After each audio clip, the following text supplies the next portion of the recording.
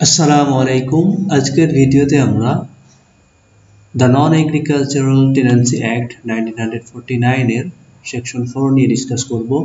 এখানে বলা হয়েছে যে একজন নন এগ্রিকালচারাল টেন্যান্ট কোন কোন উদ্দেশ্যে নন এগ্রিকালচারাল ল্যান্ড দখলে রাখতে পারে বা অধিকারে রাখতে পারে বা ধারণ করতে পারে।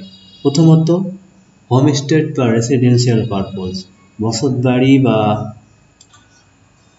আবাসিক উদ্দেশ্যে দখলে রাখতে পারে। এরপরে ম্যানুফ্যাকচারিং অর বিজনেস পারপোজের রাখতে পারে, অথবা রিলিজিয়াস বা অন্যান্য পারপোজে রাখতে পারে।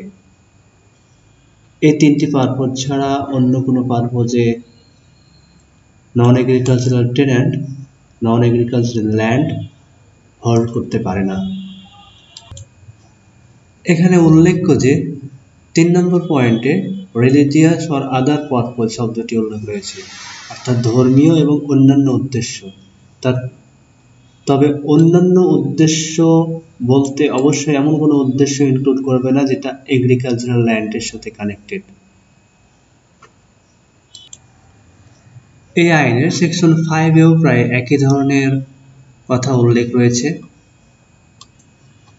একজন non agricultural tenant non agricultural ল্যান্ডকে নিম্নলিখিত উদ্দেশ্যে ধারণ করলে এটা নন এগ্রিকালচারাল ল্যান্ড হিসেবে বিবেচিত হবে।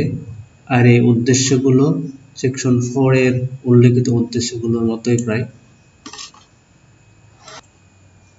Thank you for watching. Please don't forget to subscribe. Thank you.